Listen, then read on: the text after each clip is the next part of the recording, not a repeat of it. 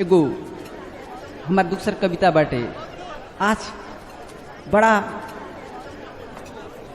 आदमी के शौक लागल बाटे वही चीज करे खातिर जौन गलत काम बाटे, बार बार वो के अपन पेशा समझ के वही के चीज के जी रहल बाटे, वही के क के जी रहल बाटे कि घोटाला के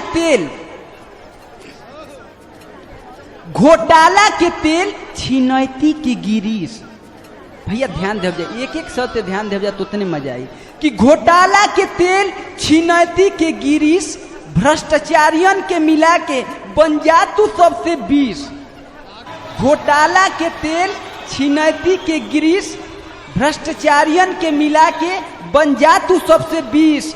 घड़ियाली आंसू बहा के दो तनी बिबियाई, और ठेलो भैया ठेलो गाड़ी तो भी आगे जाई, ठेलो भैया ठेलो गाड़ी तो भी आगे जाई।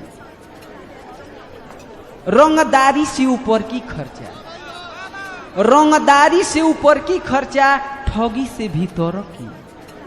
रंगदारी से ऊपर की खर्चा, ठगी से भीतर की।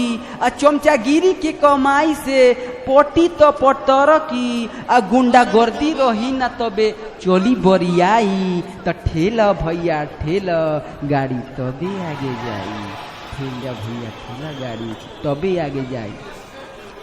आगे उतने ना अवरी आगे करबो कुछ तबे जिंदगी के गाड़ी आगे जाई। कहते चोरी से चमकौले रह, चोरी से चमकौले रह चांदी सा बदनिया, चोरी से चमकौले रह चांदी सा बदनिया। आ ठगी के खरीद भर नून तेल धनिया, चोरी से चमकौले रह चांदी सा बदनिया। आ ठगी के खरीद भर नून तेल धनिया।